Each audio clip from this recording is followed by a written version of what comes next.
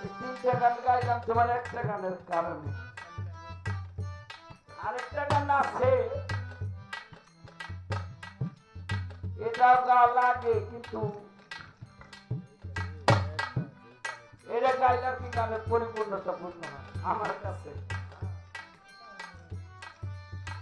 পরিপূর্ণতা যতই থাকুক এই জগতের ভিতরে, মুর্শিদ হইল অমূল্য ধন, ভক্তের না কাছে।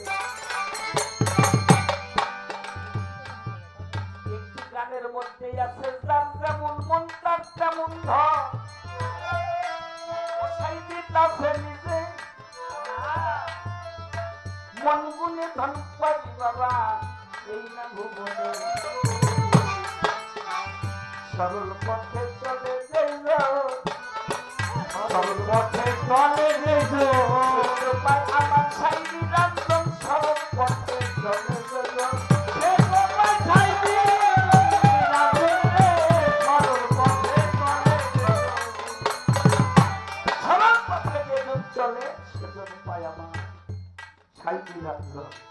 গুরু যাহার প্রতি সহায় হইয়া যায়, এমন একজন গুরু বাবা যদি কারো ভক্তেরই না হয়। ভক্ত যতই অপরাধ করুক বাবা এই না ভূমণ্ডলে, কত ভক্ত আছে বাবা এই জগতের ভিতরে, সবাই কি আর হইতে পারে, সবাই কি আর হইতে পারে আমার ওই রহিম চন্দ্রের মনের মতো করে, সবাই কি আর হইতে পারে রহিম চন্দ্রের মনের মতো, সবাই কি আর হইতে পারে। আমি আমার খুরশেদ চন্দ্রের মনের মতো, আমার স্বপন চন্দ্রের মনের মতো, সবাই কি আর হইতে পারে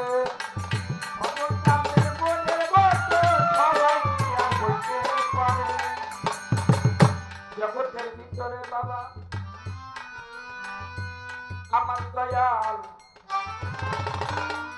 নবী দিনের দেওয়ানা, তাহার একজন ভক্ত ছিল এই জগতের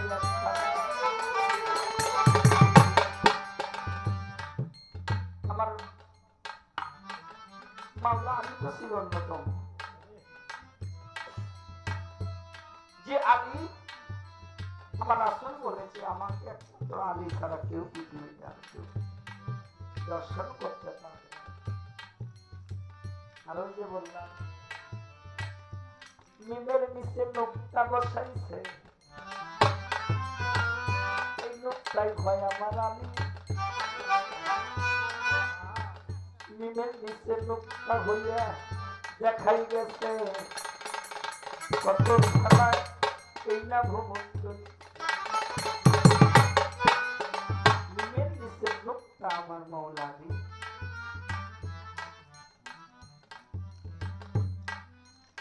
তবু তাহার কত কথা রইয়া যায় এখানে, তারপরে যে সামনের দিকে আগাবো আরেকটি কথা ধরে।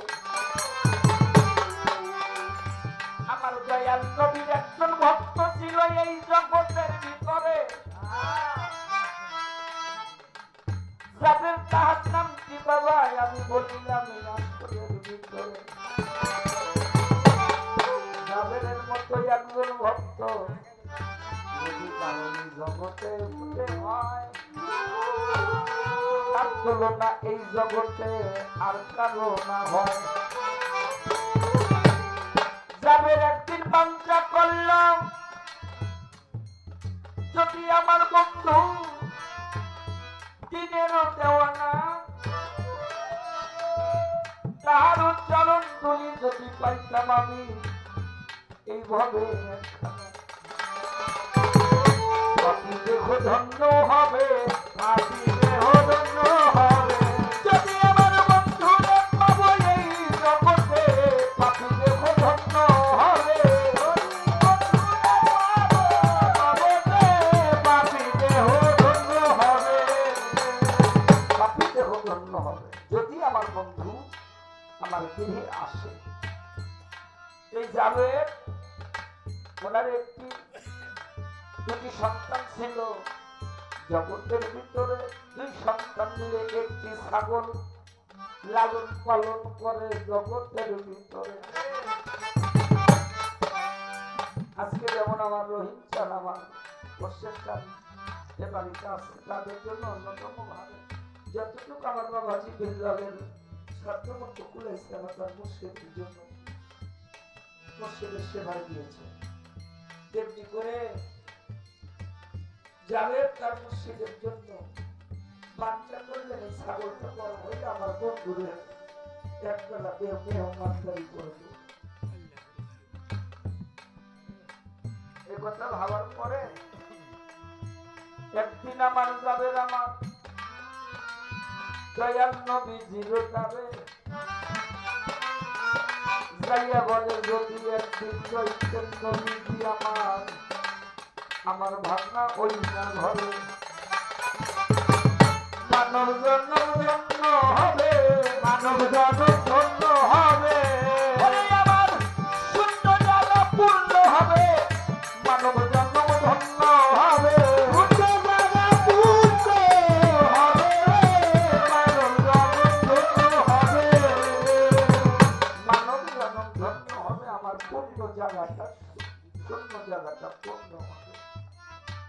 যদি বন্ধু আমার ঘরে যায় আপনি কবে যাবেন আমাকে একটু বলেন।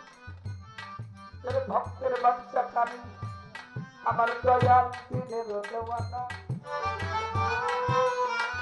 গুরু হলে ভক্তের বাচ্চা উন্নতকারী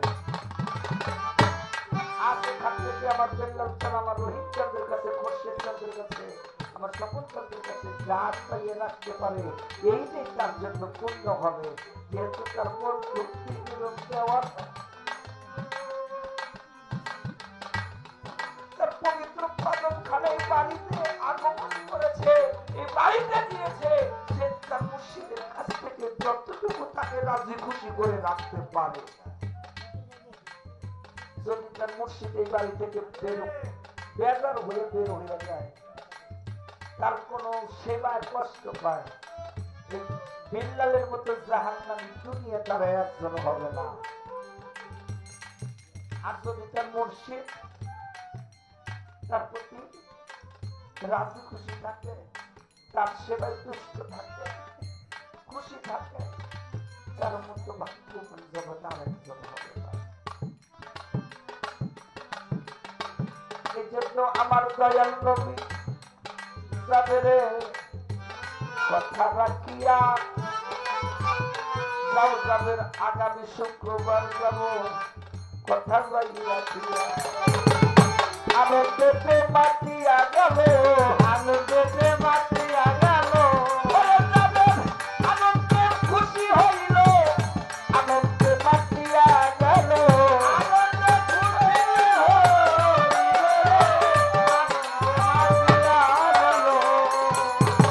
আনন্দে খুশিতে যাবেন গেল বাড়িতে চলিয়া তখন আসবে শুক্রবার যাই মনেতে ভাবিয়া আশার দিন তো ঘুরাই না বাজার আশার দিন তো ঘুরাই না আমার দয়াল জানা সব দিন তো ঘুরাই না বাজার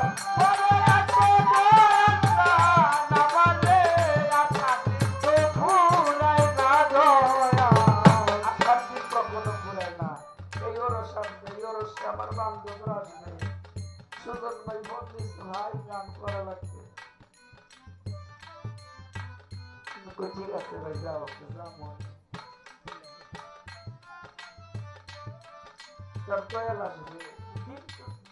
না তার বান্ধব আসবে দিন ফুরায় না দিন কিন্তু বাবা চলে এসেছে আজকে এসেছে আনন্দের সীমা নাই যখন বন্ধু যাবে বাড়ি থেকে রওনা হবে তখন কেমন লাগবে বাড়িতে কত মানুষ এসেছিল বাড়িতে খালি হয়ে যাবে পরিবারে যে কজন আছে সে কজনে থাকবে আমরাও চলে যাব এই জন্য যাবের বাবা শুক্রবারের আশায় দিন চাহিয়া রইল, তবে শুক্রবার কেন তাড়াতাড়ি আসে না মনেতে রইল। আস্তে আস্তে দিন আনন্দের দিন ঘনায় আসতেছে। যখন আনন্দের দিনটা ঘনায় শুক্রবার আসলো, ফজরের নামাজ পড়ে যাবে তার বড় ছেলেকে নিয়ে সেই যে ছাগলটা লালন পালন করে বড় করেছে সেটা তার দয়ালের আমার দয়াল নবীজির সেবায় দিবে, নবীজির জন্য মেহমানদের জন্য আয়োজন করবে। সেটা নিয়ে দুই বাপ বেটা জমক করে মাংস করে রেখে ধুয়ে তার স্ত্রীকে বলল, তুমি এটাকে রান্না করো, ধুয়ে দিয়ে দিলাম। তখন গ্রামের একটি ছোট ছেলে, ওই ছেলেটা তখন সকালবেলা ঘুম থেকে উঠে যখন মাঠে খেলা করতে গেল, খেলা করতে যাইয়া এর মধ্যে হলো ছাগলটাকে জমি দিয়ে জাবেরের বড় ছেলে আর যাবে মাংস করে তার স্ত্রীকে রান্না করার জন্য দিয়ে যায়। তিনি গোসল করে নামাজের জন্য জুম্মার নামাজ আদায় করার জন্য মসজিদে চলে গেলেন। মসজিদ নববীতে আমার দয়াল নবীজি নামাজ পড়াবে, সে নামাজ পড়াবে, নামাজ পড়ে বন্ধুরে নিয়ে আসবে অপেক্ষা করে। এদিকে জাবের ছোট ছেলে বাড়িতে আসছিল, আসিয়া মাঠের ঘরের সামনে ছাগলটা দেখতে নাই পেল। ডাক দিয়া কয়, ওগো মা, মা আমার বড় ভাইজান গেছে কই? তাই কই আমার বড় ভাইজানের কাছে একটা মনের কথা যাইয়া বলে, ভাইজান আমাদের ছাগল কই? ছাগলটা কোথায়? ছাগলটা জেনে ঘরে দেখে গেলাম, আর সে তো ছাগল দেখি না, বড় ভাই বলতেছে, ভাই রে আজকে আমাদের নানা ভাই আসবে, আজকে আমাদের নানা ভাই আসবে, বাবা আর আমি ওইটাকে জব করে মাংস করে মা রান্না করতেছে। ভাই কত আদর করে ছাগলটা পারলাম, তোমরা আমার তিনজনে দিয়ে দিবে, আমার একটু ডাকলেও না। ও ভাই কেমন করে জমি গেছে আমার একটু দেখাও ভাই।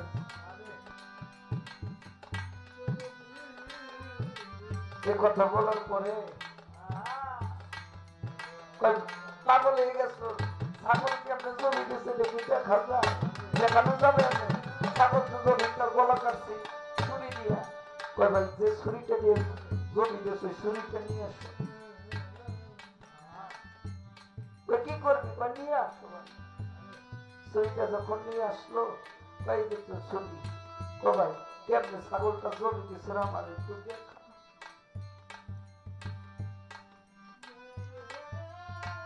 আমার একটু দেখা ভাই। না দেখানো যাবে না, না ভাই তো দোয়াই আল্লাহ লাগে, একটু দেখা ভাই। কেমন করে ছাগলটা জমি গেছে তুই? ছাগল শোয়াইছি, ভাই আমি একটু শুইলাম, তুই আমার উপরে একটু ছুরিটা চালা।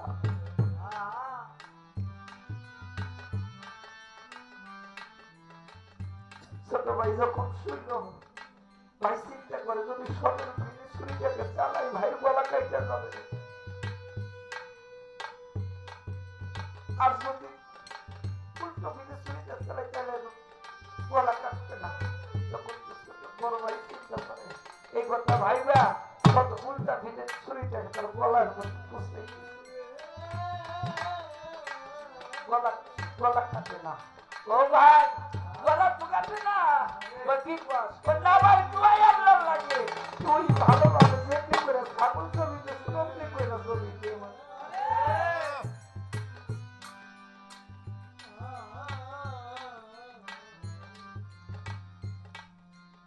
ভাই আর কি করবে নিরুপায় হয়ে ছোট ভাইয়ের কথা রাখার জন্য সদর মিনিস্ট্রি চালিয়ে তার ছোট ভাই গলাটা আলাদা হয়ে গেল, ছাগল জবের মতো হয়ে গেল।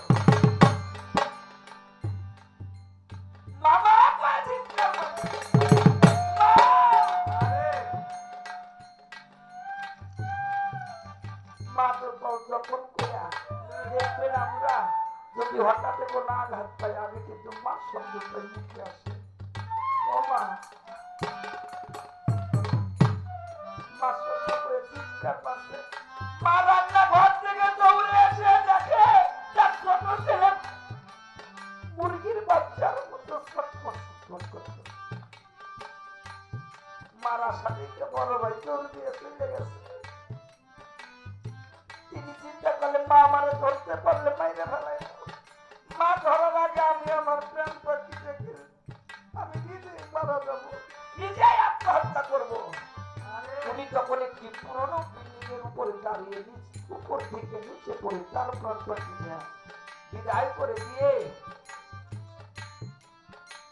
মা চিন্তা করে ছোট ছোট মারা গেল, তুইও চলে গেলি। আজকে আমার বন্ধু বাড়িতে আসবে, যদি কান্নাকাটি করি, আর যদি কান্নাকাটি করি আমার বন্ধু এসে কষ্ট পেয়ে চলে যাবে। তুমি আমাকে ধৈর্য ধারণ করার জন্য সেই ঠিকই দাও আমার বন্ধু যাতে এসে আমার বন্ধু যাতে এসে কষ্ট না পায়, দেওয়ার না হয়ে যায়। দুটি সন্তানকে একটি বারিন্দার মধ্যে শোয়াইয়া রাখিল, কত কষ্টের জ্বালাতন বুকেতে চাপাইয়া রাখিল। বন্ধু আমার আসবে বলে আনন্দের সীমা নাই, আজ দেখি আমার এই বন্ধু আসার কারণে দুঃখের সীমা নাই।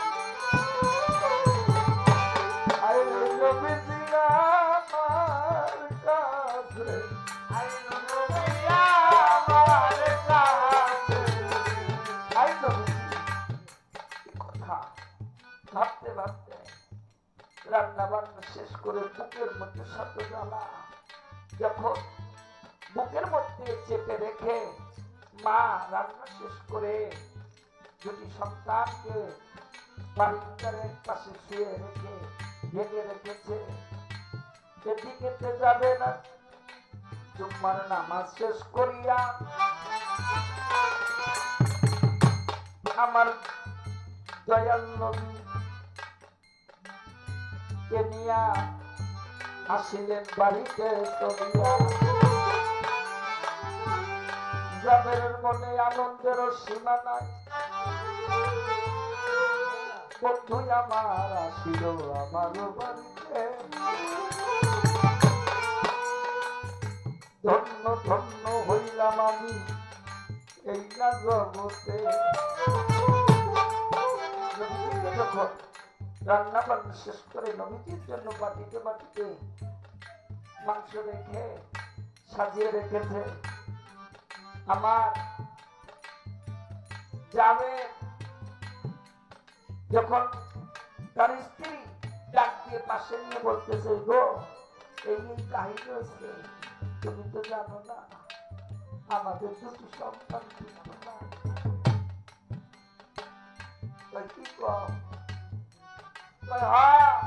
আমাদের দুটি সন্তান নাই, তোমরা ছাগল জমি করছো, সেই ছাগল জমি দেখাইতে যাই ছোটটার বলে বড়জন ছুরি চালাইছে, পরে বড়জন ভয়তে তিনি আত্মহত্যা করছে। তখন বলে তুমি দুজনের পানি আড়াল থেকে বুঝে বন্ধুর কাছে আসলেন, খানা দিলেন। এদিকে আমার আল্লাহ জিব্রাইলকে বলে, হে জিব্রাইল চলে যাও মদিনা শহরে, আমার বন্ধুরে লইয়া কও জাবেরের দুই সন্তান ছাড়া যেন সে খানা না খায়।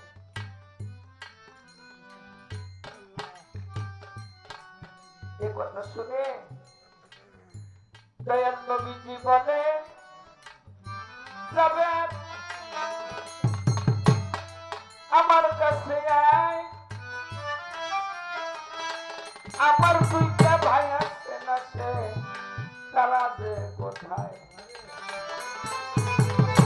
ভাইদের আমার কাছে আনো, ভাইদের আমার কাছে আনো, মনের মতো খানা খাবো, ভাইদের আমার কাছে আনো, মনের মতো খানা খাবো, ভাইদের আমার কাছে আনো, ভাইদের আমার কাছে আনো।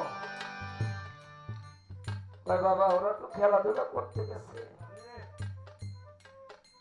পরে খাবেন, আপনি খান। না জানো না, এই জগতে আমার আপত্তি হয় না। শিশুকালে বাবা বলল, যখন মায়ের উদরে 6 বছরের কালে আমার মা গেছে মরে। আমার তো দুনিয়ার মধ্যে আপন কেউ নাই, নাইকা মাথা নাই করে পিতা, নাইকা মাথা নাই রে পিতা, ওরে আমার নাই রে জনের ভাই।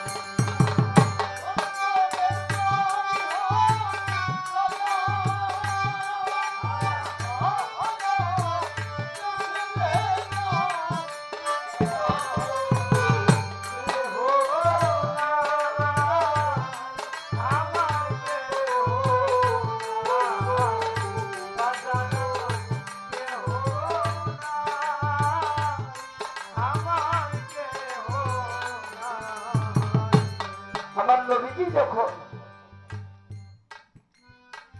জাবেরকে বললেন আমার ভাইদের ডেকে আনো, আড়াল থেকে জাবেরের স্ত্রী দু চোখের পানি ছেড়ে দিয়ে বলে, ইয়া রাসূলুল্লাহ, আজ আপনার দুটি ভাই পৃথিবীতে আর নেই। না রে, কি হয়েছে? আমার নবীজি অন্তরে জানি সব। তারপরে জিজ্ঞাসা করছে, তারা কোথায়? নিয়ে আসো। দুটি ভাইকে যখন নবীজির সামনে এনে হাজির করিল,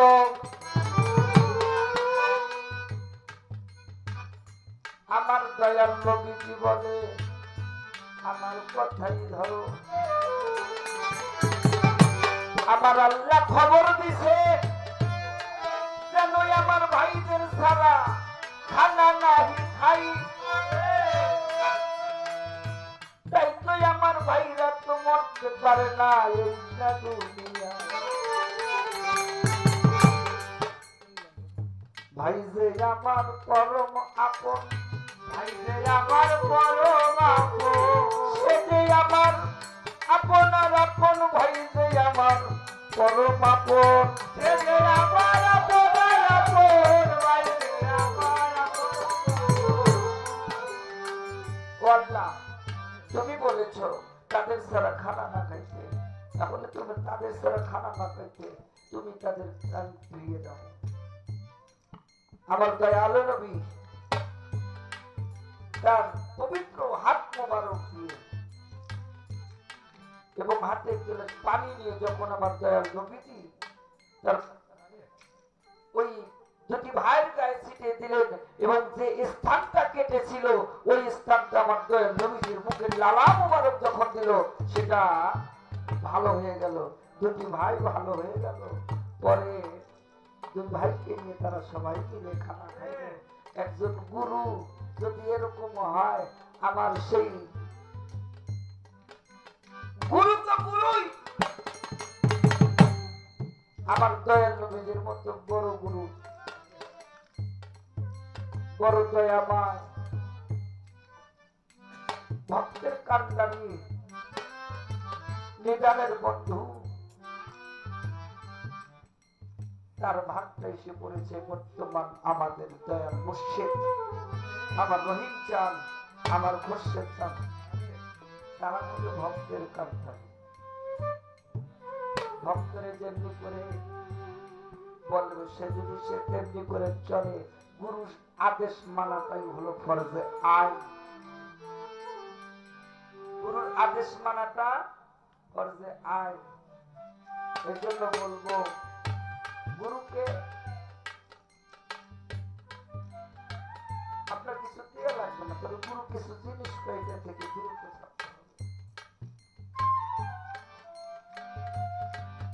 সত্য পথে সরল পথে চলা। বাবা ভালো কাজ কোন আমার বাবার মুখে শুনেছি, ফকির আবুল সরকারের মুখে, আমি তোমার ভালো কাজ করতে বই না, কিন্তু তুমি খারাপ কাজ না করো। আমার বাবার মুখে বাণী শুনি, আমি তোমার কখনোই ভালো কাজ করতে কই না, কিন্তু খারাপ কাজ যেন তোমার দ্বারা না হয়। তো বাবা জীবনে মানুষ হইতে পারলাম না, মানুষের দ্বারে দ্বারে যায় আর ঘুরি। আপনাদের মতো সাধু গুরু দর্শন পরশন পাওয়ার জন্য দ্বারে দ্বারে ঘুরি, নিজে শুদ্ধ হইতে পারলাম না, এটাই বড় কষ্ট।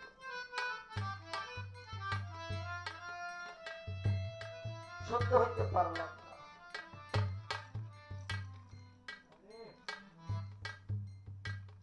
এই জন্য আপনাদের দয়া চাই, দোয়া চাই, চরণ ধরে চাই, আমি যেন মানুষ হইতে পারি, মানুষের দ্বারে দ্বারে ঘুরে যেন এর জন্য আমার মধ্যে আমার শিবের রূপ থেকে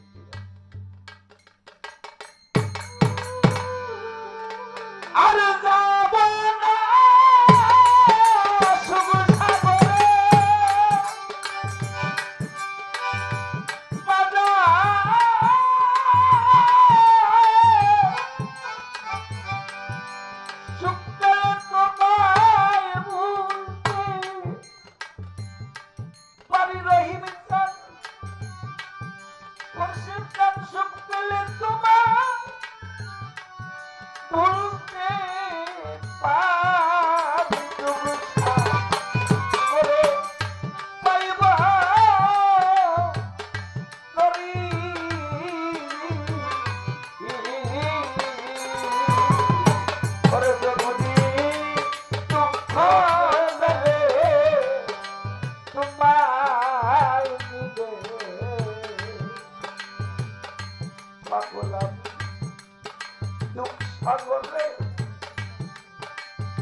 আমি পাইব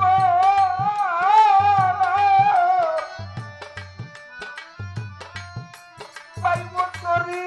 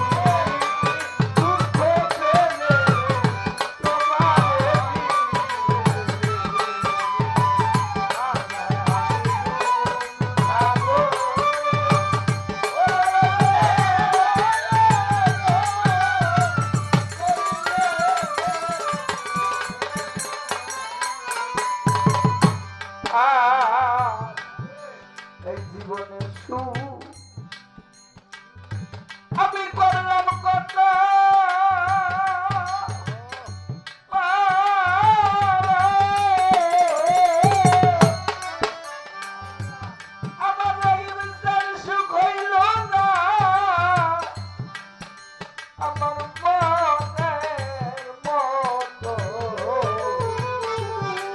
একদিন হইলাম না রহিম কাছে মনু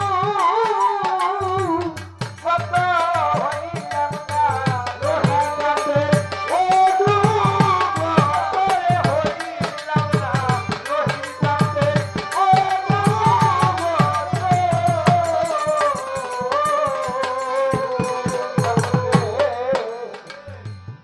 আমার জীবনে সুখ করলাম কত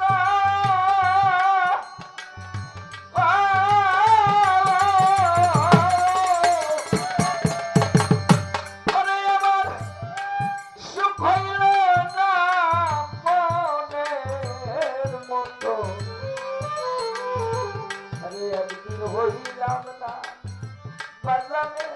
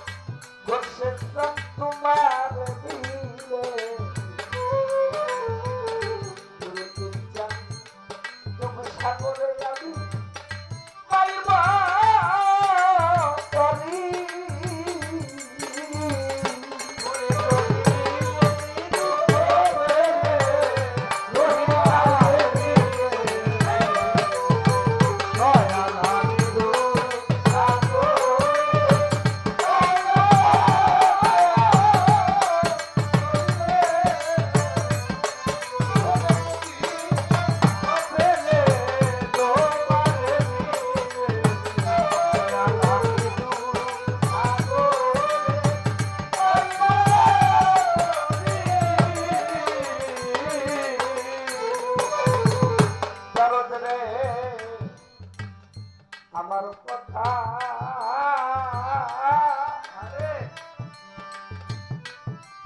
তাই তোর মনে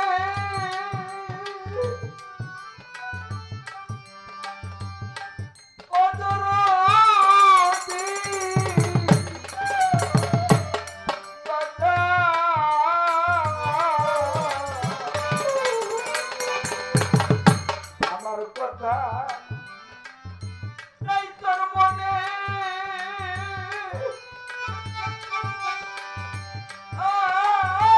বেসন রে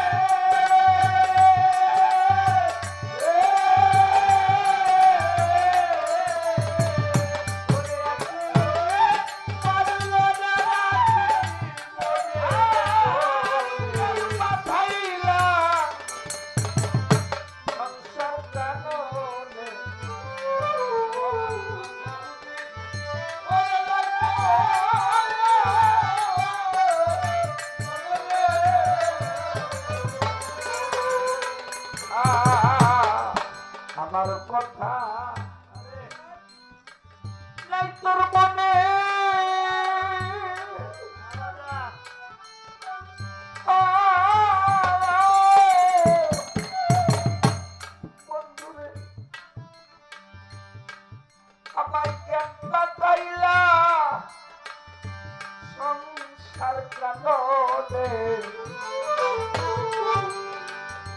রহিম বাজলো না তোর নামের বাঁশি আমার মনে সে প্রাণের মনের মনে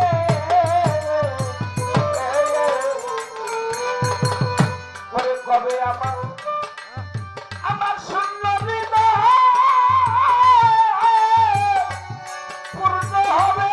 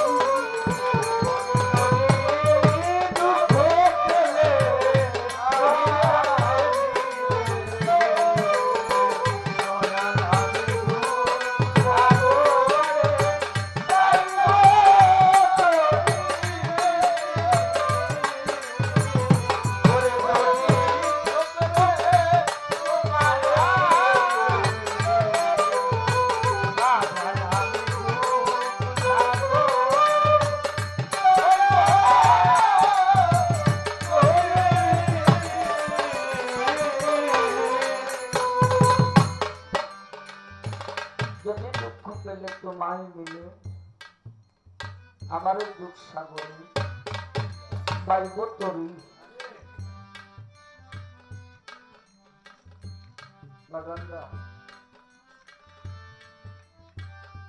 যে বিজয় সরকার যে গানটি লিখেছে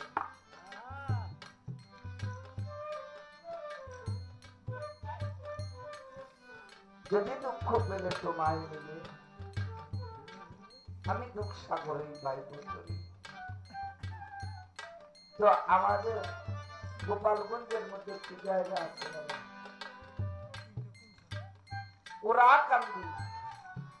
ওরাকান্দির নাম শুনছেন না বাবা? হরিচাঁদ ঠাকুর আমাদের গোপালগঞ্জের মধ্যে আছে। হরিচাঁদ ঠাকুরের একজন ভক্ত ছিল, নাম ছিল অশ্বিনা। ঘরে বাইরে দুজন, কোন ছেলে সন্তান নেই, না থাকার কারণে ওনার এক গুরু ভাই আছে।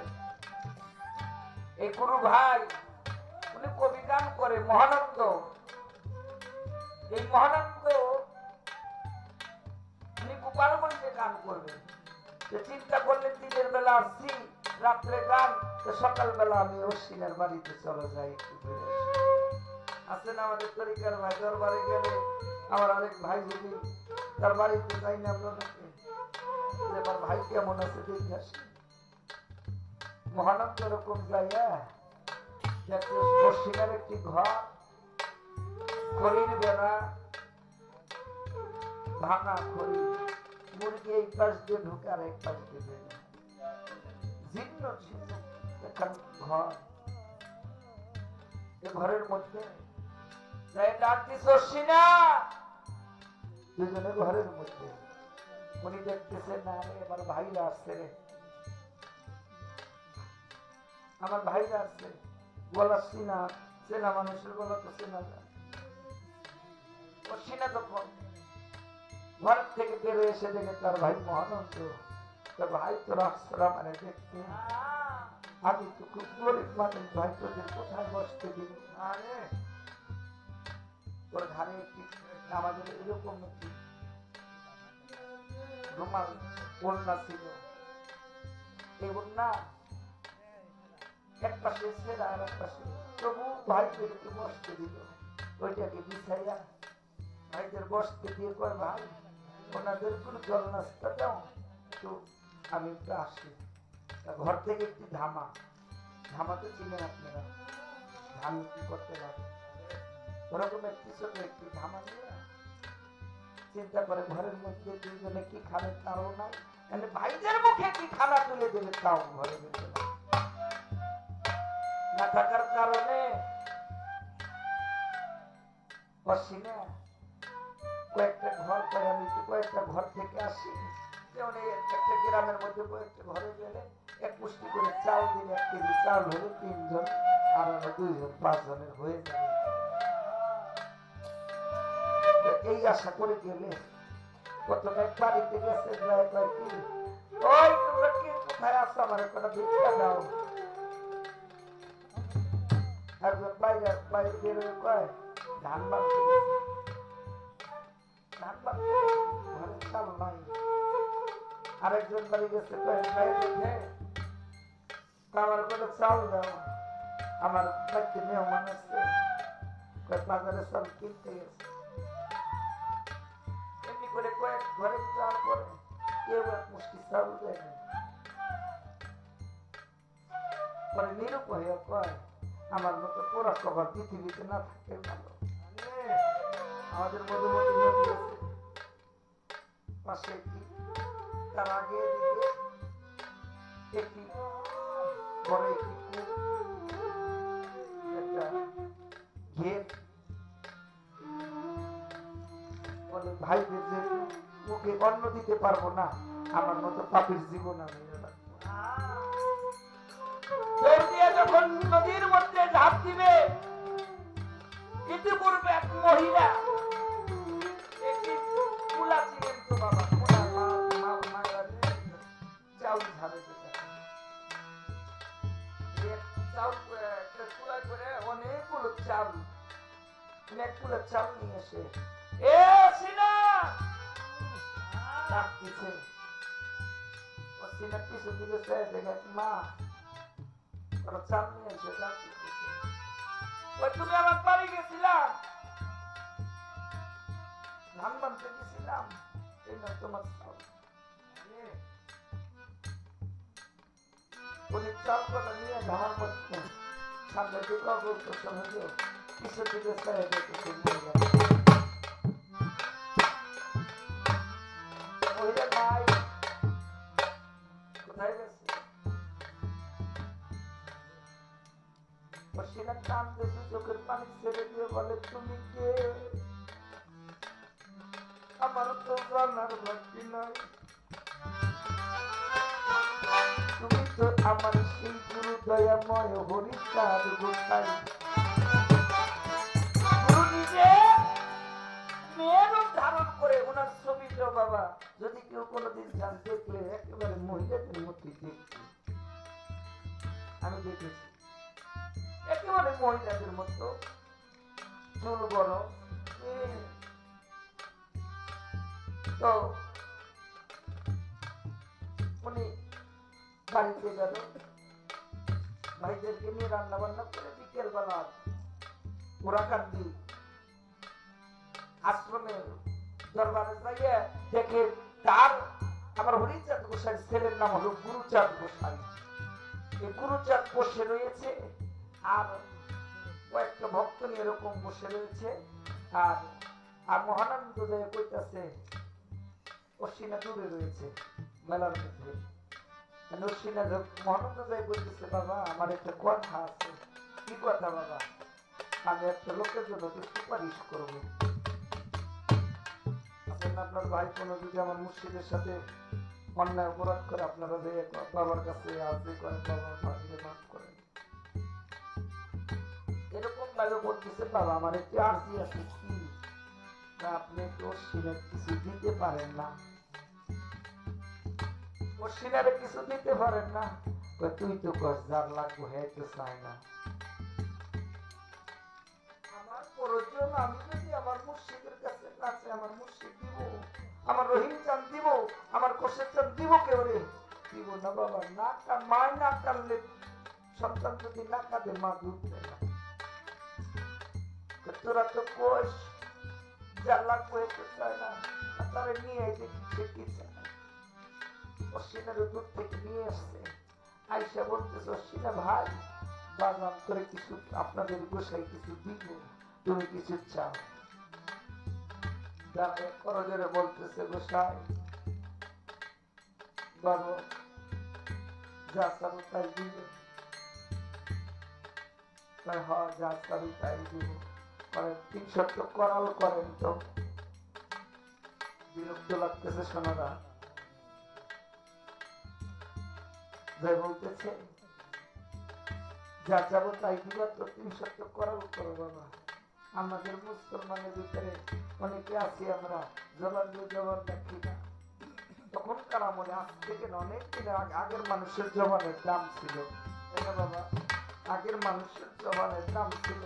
আর এখন আমরা যারা পুরুবাদী না, যারা আমরা পুরুবাদী তাদের জবানটা অবশ্যই অবশ্যই সত্য আছে।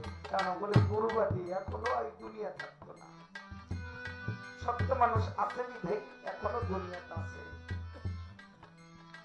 যখন 300 করাল কাটলো আমার অশ্বিনা গোসাই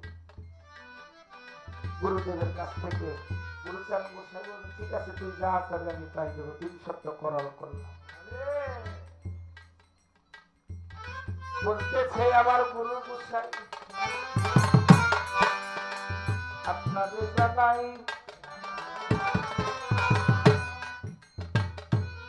আমি ভিক্ষা কইরা আমরা স্বামী স্ত্রী দুইজন মিলে আমরা জীবিকা গোছাই। এই জীবিকা জোগাড় করি, ভিক্ষা করিয়া আপনি আমার দোয়া করেন আগামী কাল থেকে যেন আমাকে কেউ এক মুষ্টি চাল আমার যেন কেউ এক মুষ্টি চাল না দেন। আমি গারে গারে ঘুরবো আমার বন্ধুর নাম লইয়া, ওই নামের সুতা খাইয়া যাব জন্ম কাটাইয়া। আমার ভিক্ষা লাগবে না, আমি যেন আমার হরিচাঁদের নাম লিখতে দিতে জানো। যার পথে ক্লান্ত হয়ে হতে হতে হতে যেন একটা আট পাখি ধান বিদায় দিতে পারি। দোয়া করো করছিনা কি চাইবি? না গোসাই ইয়ার থেকে আর আমার ভালো কিছু চাওয়ার মতো নাই, কেননা কান্নার না হইলে আমার মন সব কিছুই চাই। যদি দুঃখ পেলে তোমার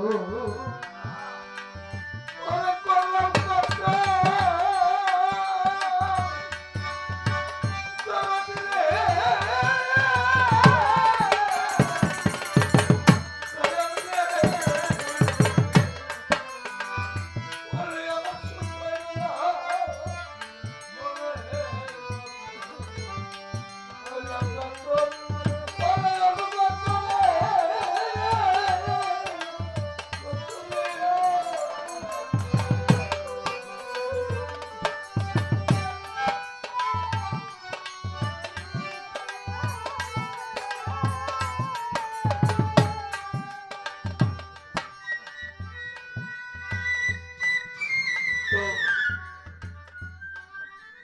এই জন্য বাবা কাঙাল হইলে পাওয়া যায়, কাঙাল না হইলে কিছুই পাওয়া যায় না। এই জন্য পাগল বিজয় বলেছে, বিজয়েরই এই মিনতি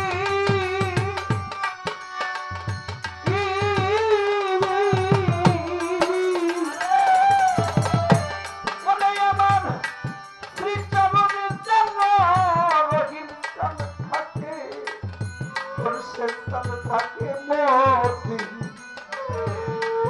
আমার ভয় না জানো অন্য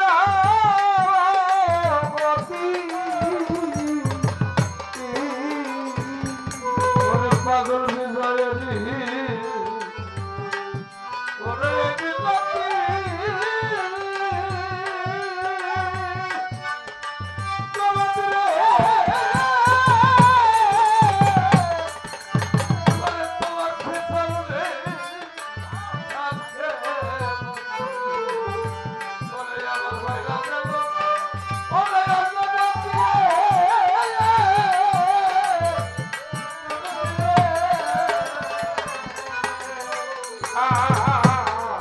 পাগল বিজয়েরই এই মিনতি